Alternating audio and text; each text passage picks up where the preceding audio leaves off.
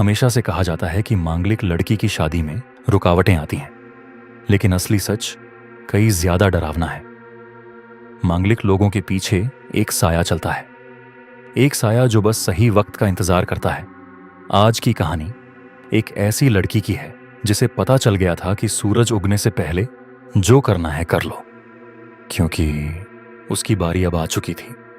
कहानी की शुरुआत में हमें एक अनजान जगह दिखाई जाती है जहां एक लड़की भागती हुई नजर आती है। उसके पीछे एक डरावनी परछाई होती है जो उसका पीछा कर रही होती है। और फिर कहानी प्रेजेंट डे में आ जाती है। यहाँ हमें एक फॉरेनर दिखाई जाती है जिसका नाम मिला है। वो इंडिया आई होती है अपने बॉयफ्रेंड विक्रम से शादी करने।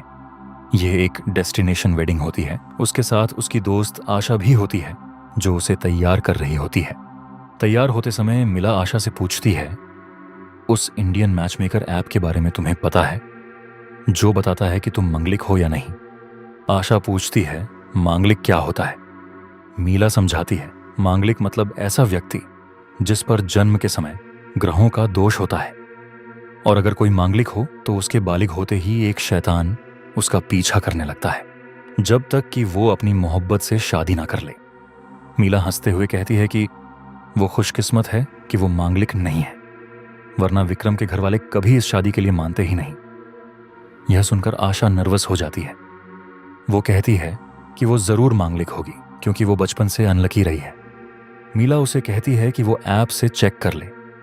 आशा ऐप खोलती है और अपनी डिटेल्स डालती है। तभी ऐप के अंदर से आवाज आती है, मुझे दुख के साथ कहना पड़ रहा है कि आप मांगलिक हैं। उसी समय दरवाजे पर दस्तक होती है। आशा बाहर जाकर देखती है लेकिन वहां कोई नहीं होता। वहां एक पोटली पड़ी होती है। तभी ऐप खुद से बोलने लगता है कि आपका कल बहुत डरावना और अंधकार से भरा हुआ है। एक शैतान आपके पीछे पड़ चुका है।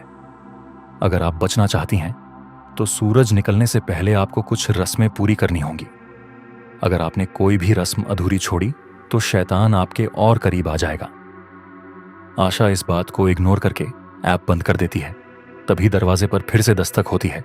वो धीरे धीरे दरवाजे के पास जाती है और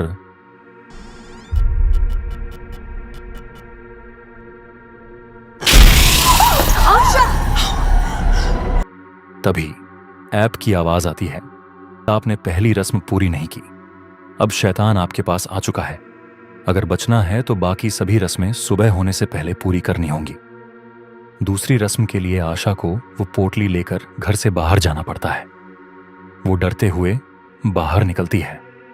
तीसरी रस्म में उसे पोटली से पंपकिन निकालना होता है, उस पर आग जलाकर बुझानी होती है और उसे 6 बार घुमाना होता है। साथ ही उसे अपने आसपास मौजूद शैतान की तरफ नहीं देखना होता। रस्म पूरी होने के बाद उसे पंपकिन वहीं छोड़ देना होता है। आशा ये सब फॉलो करती है, लेकिन शैतान अब भी उसके आसपास ही रहता है। डरी हुई आशा विक्रम के कमरे में पहुंच जाती है। विक्रम समझ नहीं पाता कि वो वहां क्यों आई है। तभी ऐप अगली रस्म बताता है। उसे पोटली से एक गुड़िया निकालकर खिड़की पर रखनी होती है और ध्यान रखना होता है कि घर का कोई भी दरवाजा या खिड़की खुला ना हो। आशा ये भी कर देती है। विक्रम अब गुस्सा हो जाता है। वो कहता है कि अगर किसी ने देख लिया तो क्या सोचेगा। कल उसकी मीला से शादी है। आशा उसे बताती है कि कोई उसे मारने वाला है। वो डरते हुए कहती है कि वो चीज दरवाजे के पास खड़ी है, लेकिन विक्रम को कुछ भी दिखाई नहीं देता।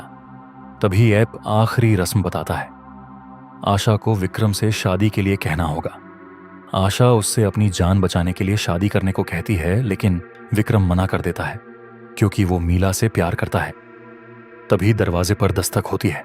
विक्रम दरवाजा खोलता है और सामने मीला खड़ी होती है। अब मीला और विक्रम दोनों आशा से नाराज हो जाते हैं। मीला कहती है कि उसने कभी नहीं सोचा था कि आशा ऐसा करेगी।